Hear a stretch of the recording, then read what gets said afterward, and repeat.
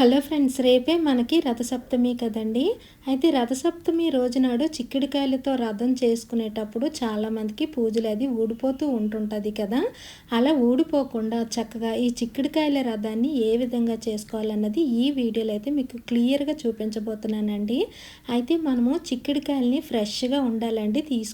కొనుక్కుని తెచ్చుకునేటప్పుడు వాటికి మచ్చలు అయ్యి లేకుండా చక్కగా పిక్కలతో ఉండేటటువంటివి, పొడవుగా ఉండేటటువంటివి చిక్కుడుకాయలని అయితే ఎంచుకుని తెచ్చుకోవాలండి. అలాంటి చిక్కుడుకాయని 7 అయితే తీసుకోవాలండి. ఎందుకంటే సూర్యనారాయణమూర్తి రథానికి 7 గుర్రాలు అయితే ఉంటాయి కదండి. అందుకని 7 చిక్కుడుకాయలు తీసుకొని ముందుగా రెండింటిని తీసుకొని మనము ఇక్కడ పుల్లల్ని తీసుకోవాలండి. కొత్త చీపురు పుల్లలు కానీ లేదు అనుకుంటే అగరబత్తి పుల్లలు కానీ ఏవైనా సరే కొత్తవి పుల్లలు తీసుకొని ఇలాగా ముందుగా ఒక రెండింటిని ఇలాగా పిక్కలు ఉన్న చోట గుచ్చుకోవాలండి. ఎందుకంటే పిక్కలు ఉన్న దగ్గర గుచ్చుకుంటేనే మనకి ఇవి వీలుగా చక్కగా ఊడిపోకుండా ఉంటుందండి. చూసారా, ఇక్కడ నేను గుచ్చాను.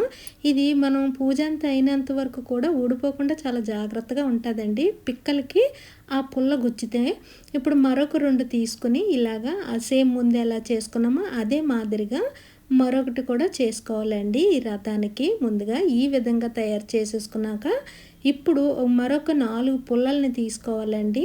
ఇక్కడ మనం వాడేటటువంటివి ఏవైనా సరే కొత్త పుల్లల్ని మాత్రమే ఉపయోగించాలండి ఈ రథానికి.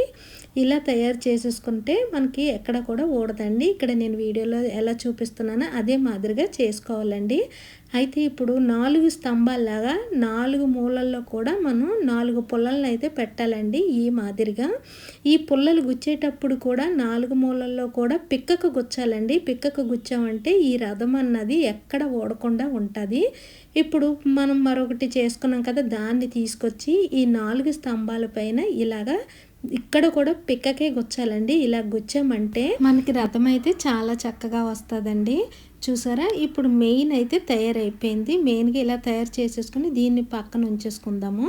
ఇప్పుడు మరొక 3 చిక్కుడుకాయలు తీసుకోవాలండి. కిందనైతే 4 పెట్టాం కదా, ఈ 3 కూడా కొసలు కిందకు వచ్చేటట్టు చూసుకుని పై భాగం పైన ఒక పుల్ల తీసుకుని దాని మధ్యలో ఇలాగ చిన్న పుల్ల తీసుకోవాలండి. దాన్ని చిన్న ముక్క కింద కట్ చేసేసుకుని ఆ పుల్లని ఇలాగ హెడ్ భాగం పైన గుచ్చేసి ఇప్పుడు మనం ఈ రథానికి చూసారు, ఇక్కడ నేను చూపిస్తున్నట్టు 3 కూడా ఇలా పెట్టి ఇక్కడ కూడా కొంచెం పిక్కకే టచ్ అయ్యేటట్టు గట్టిగా జాగ్రత్తగా గుచ్చుకోవాలండి. ఇలా గుచ్చితే ఇప్పుడు మనం రథానికి పై భాగము గోపురం కింద అయితే తయారైపోద్దండి.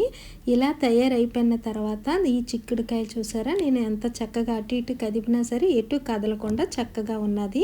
ఇలా తయారు చేసేసిన తర్వాత మనకి నచ్చినట్టుగా అలంకరణ అన్నది చేసుకోవచ్చండి. అయితే ఈ చిక్కుడుకాయల రథానికి ముందుగా మనకి మొత్తం చిక్కుడుకాయలు మొత్తం అన్నిటికీ కూడా గంధంతో కుంకుమతో బొట్లు పెట్టేసుకోవాలండి. మనకి ఎలా నచ్చితే అలా డిజైన్ అయితే చేసుకోవచ్చు. ఇంక రథం అయితే ఎలా తయారైంది కాబట్టి అలంకరణ అన్నది మనకు నచ్చినట్టుగా చేసుకోవచ్చండి. ఇప్పుడు రథానికి ఇలా గంధంతో కుంకుమతో బొట్లు పెట్టేసిన తర్వాత పూలతో కూడా అలంకరణ అన్నది చేసుకోవాలండి ఈ రథానికి. ఇప్పుడు రథానికి అలంకరణ పూలతో చేసేటప్పుడు మధ్యలోని ఎరుపు రంగు పువ్వులను వేసి ఒక రూపాయి కాయిన్ కానీ లేదంటే మీ దగ్గర సూర్య భగవానుడి ప్రతిమ ఉన్నా సరే దానికి గంధంతో కుంకుమతో బొట్లు పెట్టి ఇలా మధ్యలో పెట్టుకొని పూజలు పెట్టుకొని సూర్య భగవానుడిని రథంలో కూర్చోబెట్టినట్టు మనము పూజించుకోవాలండి. ఇంతే ఫ్రెండ్స్, రథసప్తమి రోజు నాడు చిక్కుడుకాయల రథాన్ని ఏ విధంగా చేసుకోవాలో సింపుల్గా ఈజీగా అనేది మీకు అర్థమయ్యే ఉంటుందని అనుకుంటున్నాను ఫ్రెండ్స్. వీడియో కానీ నచ్చినట్టయితే లైక్ చేసి షేర్ చేసి సబ్స్క్రైబ్ కూడా చేసుకోండి.